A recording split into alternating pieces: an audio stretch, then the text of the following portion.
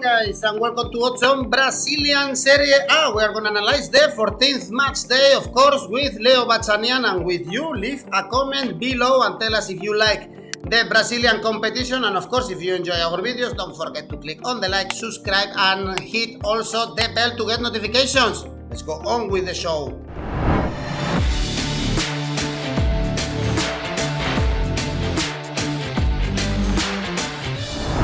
We have the 14th match day in the Brazilian Serie A, so let's analyze every single game with Leo Bachanian. How are you, Leo? I have a pleasure to be with you again with this Brazilian Serie A. Yes, the first game we had was Fluminense Juventude, but it was postponed due to the Copa Libertadores and Brazilian Cup, Leo. So let's start in Morumbi, Sao Paulo, Palmeiras. Very interesting game because, as you know, Palmeiras is topping the table, 31 points, 3 more than Atletico Mineiro, and they were also able to win 1-0 to Flu in the last game. Also, they beat U Católica in Copa Libertadores. So, Leo, the streak is amazing, 9 consecutive victories for Palmeiras, and the odds to win in Morumbi are quite appealing, actually 2.62, whereas Sao Paulo lost 5-1 against Flamengo, so for sure they want to bounce back and get at least a point against the leaders. Yes, absolutely. Do you remember that in the last Copa Libertadores show we have done, I told you that Hernan Crespo's job as a Sao Paulo's manager was on the line on that time. For him, the stakes in Buenos Aires were high, not only because there was a quarterfinal spot at play, but also his position was in the balance.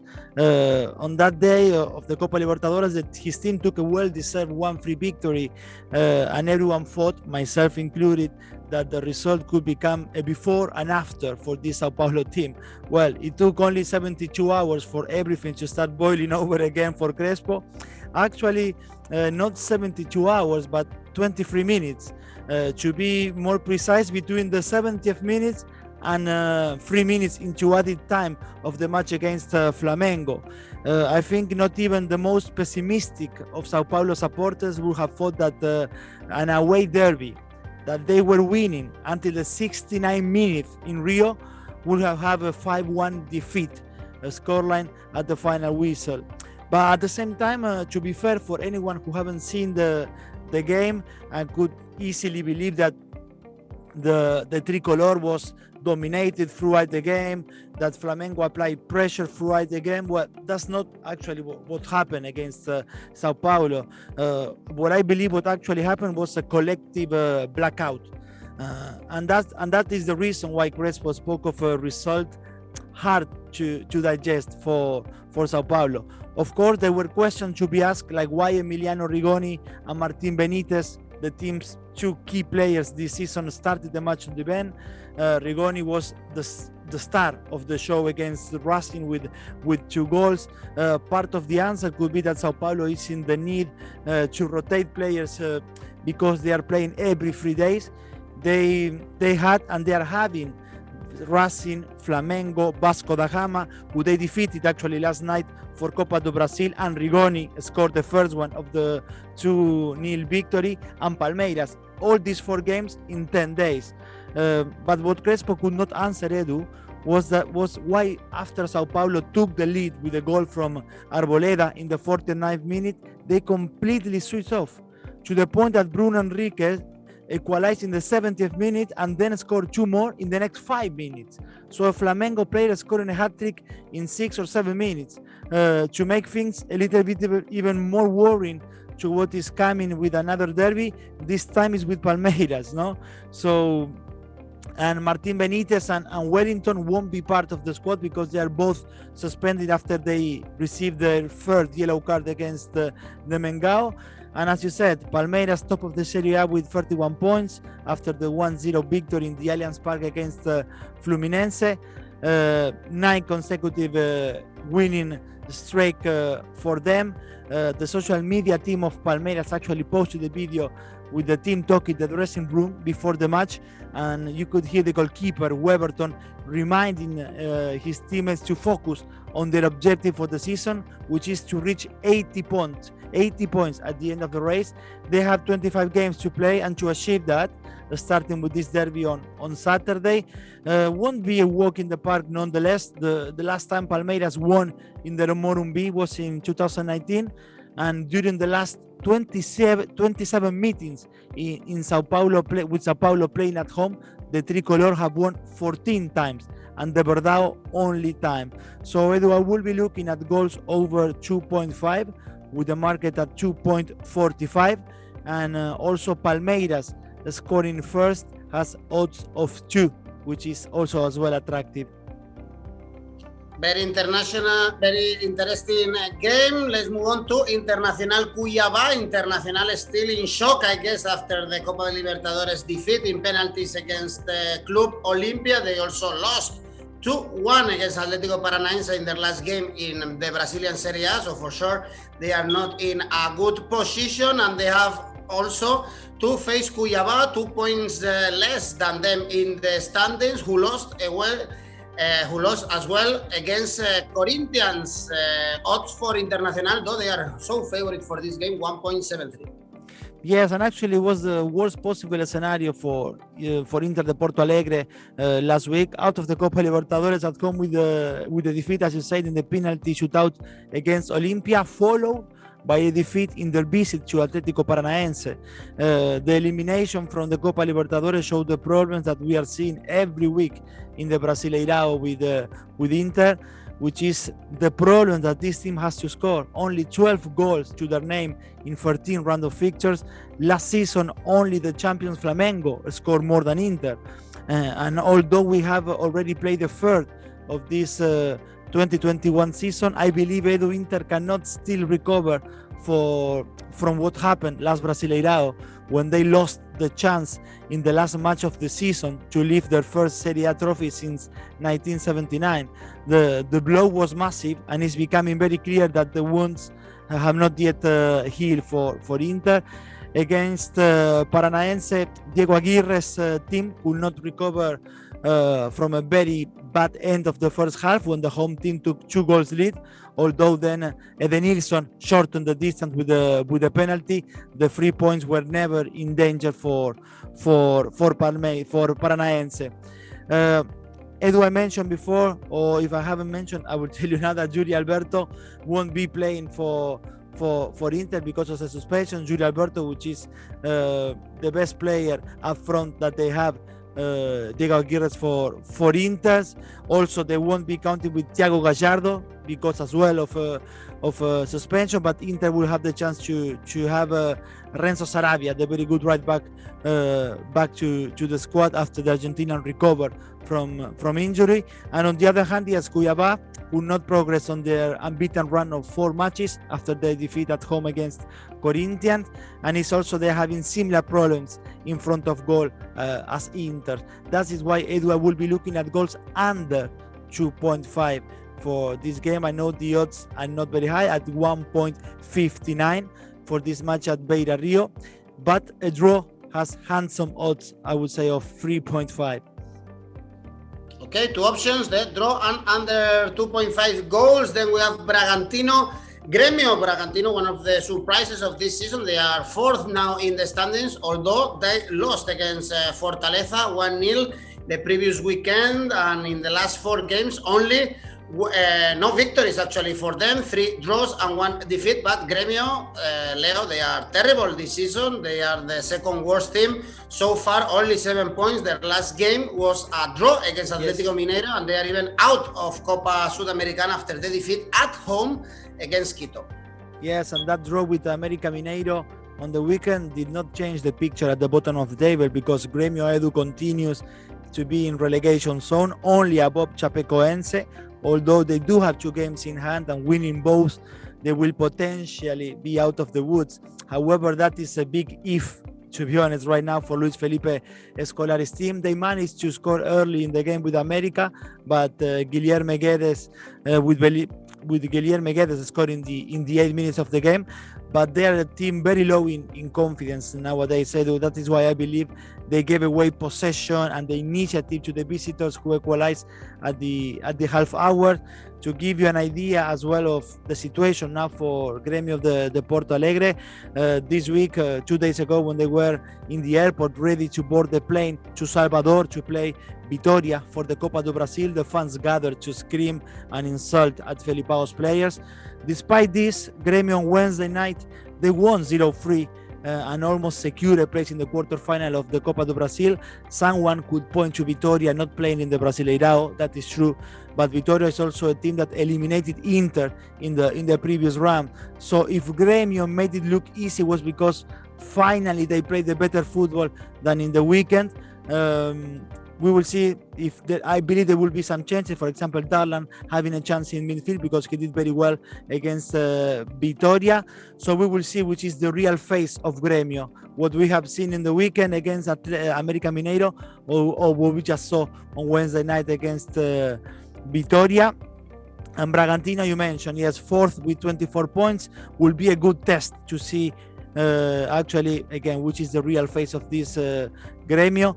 The Paulista team lost their first match of the season with Fortaleza, and since they took the 3 points against Sao Paulo at the beginning of the month, they are now without a win, Bragantino, in their last 4 fixtures with 3 draws and 1 defeat. So Edu, despite Gremio's poor attacking record so far in this Brasileirao, I told you last show of the defensive difficulties of Bragantino, although they are an enjoyable watch for neutrals.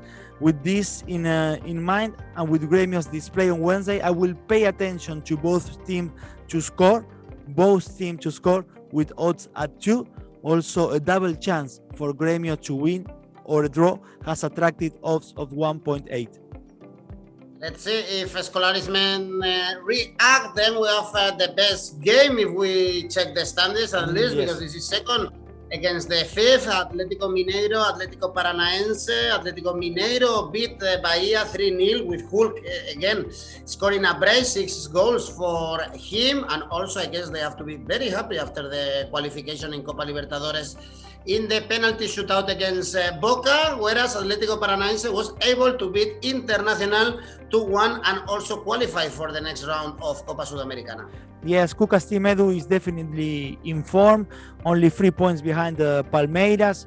They are on a run of 9 games without losing in all competitions, Serie A, Libertadores and Copa do Brasil, with 6 straight wins in the Brasileirao after the 3-0 against Bahia on Sunday, with Hulk again taking the team on his shoulder, scoring twice.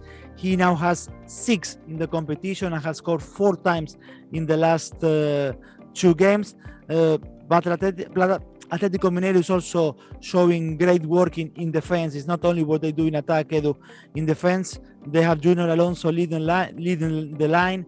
In 38 games with the Paraguayan in the starting lineup, the team left the field with a clean sheet 20 times out of 38 times Junior Alonso played in the starting lineup. And since Cuca took over, they have conceded only 20 goals and a record of 22 wins and only 5 defeats. And on the other side, you have a Paranaense team that sits 5th with 23 points, but has a game in hand, and that comes at the back of a 2-win against Inter, showing again very good intensity and dominance during the weekend, this Paranaense team. We spoke about the Uruguayan David Terans last show, and he scored the opener on the weekend, which was his 4th goal of the season. And before halftime was the turn for Vitinho, Paranaense's goal scorer, with 9 to add to the scoreline. The only thing missing maybe for the party to be complete for Paranaense during the weekend was Nicao's goal. I expect goals for this one, Edu. Paranaense won the last 2 times they visited the Mineirao, so I will be looking at first both teams to score with the market at 2.25, and second I will be looking at goals over 2.5 with odds at 2.36. Then we have Corinthians, Flamengo, 2 big teams in Brazil, but they are not doing great this season, at least in Serie A. We already spoke about Flamengo, how they were able to thrash Sao Paulo with this quick hat-trick of Bruno Henrique. They are now 6th in the standings, Corinthians, they beat Cuiaba 1-2 after the back-to-back defeats against Atletico Mineiro and Corinthians. And Flamengo, Leo, is so favorite, 1.9. I don't know if you see them that favorites actually to beat Corinthians. Yes, they are actually, if Corinthians could secure if they win the upset of the Brasileirao. To be honest, if they manage to win against Flamengo, you mentioned they took very important 3 points against Cuiaba away from home, and they are now 10th with 17 points. For Flamengo, on the other hand, it's a dream start, Edu, for Renato Gaúcho, the manager. 4 games in charge, 4 wins for him, with 15 goals scored and only 2 conceded. Actually, 14 of those 15 goals were scored in the last 3 games. Bahia, Defensa y Justicia, and Sao Paulo. They had 21 points, but 2 games in hand, which could take them to the third place. We will see if when the Brasileirao finishes, they will regret their slow start, although that will depend as well, of course, of Palmeiras keeping their form as well. But my analysis, Edu, is that when Flamengo is on top form, there is no one right now in Brazil that can cope with them. There are also big candidates to win the Copa Libertadores for the second time in the last 3 years as well. So I will be looking for a Flamengo win with odds, as you just mentioned, and goals over 2.5 with the market at 2.13. Also, Flamengo winning the first half and also winning the second half has odds of 2.8. And if you fancy a double chance for Corinthians draw or a win, that stands at 2.1. I will stay with Flamengo to win. Then 1.9. Then we have Bahia Sport Recife. Sport Recife just out of the relegation zone after the draw against Ceara and the victory against Atletico Mineiro, whereas Bahia, they lost against Atletico Mineiro precisely 3-0, so they are not in good form. Leo, 3 straight defeats for them without scoring a single goal. Absolutely, yes, 3 consecutive defeats, Sao Paulo, Flamengo, and Atletico Mineiro for Bahia, in which they have conceded 9 goals. But more interesting is the fact that from 22 goals they have conceded, Edu, Bahia in 13 round of fixtures, 19 were scored inside Bahia's box and only 3 from the outside. So they have basically a huge problem to defend set pieces inside their own box. This Bahia's team, which in front will have a Sport Recife, who is sitting outside the relegation places only because of a better goal difference than Sao Paulo. But yes, they arrived to this encounter with a victory and a draw in the last two games. Anyway, there is something particular in this Recife's team because they have lost 6 matches, but none of them, Edu, for more than a 1-goal margin. With Palmeiras was 1-0, with Fluminense was 2-1, with Corinthians 2-1, to name some of those matches. But at the same time, only in 1 fixture they managed to score twice, and that was in their debut in this Serie A when they drew 2-2 with Inter in Porto Alegre. But they have conceded less than Palmeiras so far, but they have, of course, only scored 7 goals in 13 fixtures. So, Edu, I think goals under 2.5 is very reasonable for this encounter, and something to expect from this one, with odds reflecting that at 1.67. And also, if your answer to the question, will both teams score, is no, well, that has odds of 1.8. So not many goals here. And what to do with Chapecoense? They are in the bottom of the table, only 4 points. We have Chapecoense, Santos. So for sure, Santos are really favorite, although the odds are quite good for the away team. Odds 2.11, because again, Chapecoense lost against Juventude, conceding at the beginning of the game. But Santos, they are not in good form as well, Leo. They are 12th right now in the standings, and they lost against Goianiense at home. Yeah, Santos is having a very inconsistent season so far, Edu. They are 12th in the table with 16 points. They lost the last one at home against Atletico Goianiense, and they have also lost their best player because Caio Jorge, the 19-year-old forward, was sold or is about to be sold to Benfica, although there is still a chance that they could keep him until January. And when you look at Chapecoense, when you read the Brazilian press, they talk about a team on the ropes, about to get knocked out of the Brasileirao, even though there are still 25 games to play, and at the end of the day they're like 7 points from safety. But you will have an idea how is everything going nowadays in Chapecoense, who haven't won a single match so far this season. That their goalkeeper, a 20-year-old Joao Paulo, left the field in tears after they defeat 1-0 against Juventude, and their coach Jair Ventura is talking about not having the quality needed to survive and neither the money to look for reinforcements. So the complete picture you get is of a mental breakdown at some point in this team of Chapecoense. So as you said, Santos winning in Santa Catarina has odds of 2.11 and also an Asian handicap of plus 0.5 for Santos has odds of 1.8. Then let's go for Santos to win. Here we have two more games. We were talking about Atletico Goianiense, who was able to beat Santos thanks to this goal scored by Zé Roberto, and now they are facing America Mineiro, also one of the worst teams in this Brasileirao. They are in relegation zone, and their last game was a draw, also a team that concedes a lot. Leo, 18 goals conceded. They are the third team with more goals conceded. So would you be looking at a home victory here? Yes, I place Goianiense as favorite for this one, Edu. The Dragao, as Atletico is known, with the victory in Bela Belmiro in Sao Paulo against Santos, they cut the negative run of 3 fixtures without a win. They are now 8th with 18 points and with the chance of finishing this 14th round of fixtures in the 7th position. Yes, it's true. As I said, they took the 3 points against Santos, but fair to say they were lucky because Santos had plenty of chances. They hit the bar once, they had the goal disallowed, and Atletico's goalkeeper, Fernando Miguel, was the man of the match.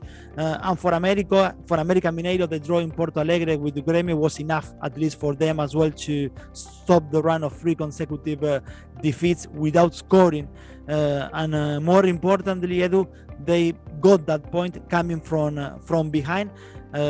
After Felipe Acevedo's equalizer, America controlled the actions of the game in Arena do Grêmio, and was only because of Gabriel Chapeco's good game in goal for Gremio that they couldn't take the 3 points. Atletico, Edu, yes, favorites, and the home team getting the victory has good odds of 2.48. I could look as well at both teams to score with the market at 2.15. And also, Edu, the last time they faced each other, that was in 2019 in Serie B, and the result was a draw. So those who are thinking for the same feat for the weekend, this has also 3.13. And then the last game, we have Ceara, Fortaleza, two of the big surprises, positive surprises of this season in Brazil. Ceara 7th, they are coming after a draw against Sport Recife. Before, they were able to beat Atletico Paranaense, actually 9 games undefeated. Yeah. So they are not bad as well. And Fortaleza even better, they are 13th in the standing. And we mentioned at the beginning of the video how they were able to beat Bragantino, also one of the best teams of the season. So right now, Fortaleza 4 straight victories without conceding a single goal. Leo, let's go for the 5th. Yes, absolutely. And they had 27 points. They are only 4 points behind the leaders and 1 point behind the Mineiro. The Tricolor, as Fortaleza is known, had a very tense match with Bragantino. Actually, Marcelo, the Fortaleza's keeper, denied Bragantino the equalizer in the last minute of the match with an outstanding save, but also an outstanding was the goal from Robson. For the Tricolor, was his 6th this Serie A, because they started the play from the back with Marcelo, the goalkeeper of Fortaleza, and after 10 passes, they had the one big opportunity which they didn't let go. The clean sheet for Juan Pablo Boda's team meant that they are still having the best defensive record of the Serie A, and also, as you said, for Ceara, Yes, 9 games without losing is their best record for the club in the Brasileirao, although this run is made of 3 wins and 6 draws. So if they could have turned some of those draws into wins, for sure we would have seen them higher up in the table. Yes, Fortaleza favorites to win with odds at 2.65. Also, Fortaleza to score first. Edu has odds of 2.05, and another clean sheet for the tricolor, which I repeat has the best defensive record of the competition, shows odds of 2.75. Interesting. Perfect, Leo. Then we've analyzed all 9 games. In this case, in this 14th match day, do you have an ACCA for us?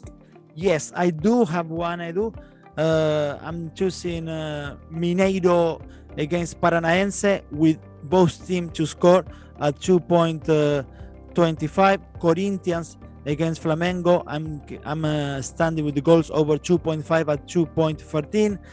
Chapecoense against Santos to win at 2.07. Ceara against Fortaleza with Fortaleza to score first with odds of 2.05. That leaves us with for an ACCA of 8.5, which as well could be good for these four fixtures. Indeed, Leo. Then let's enjoy Brazil Samba and see you next week with more info about Brasileirao. See you next time, Edu. A pleasure as always.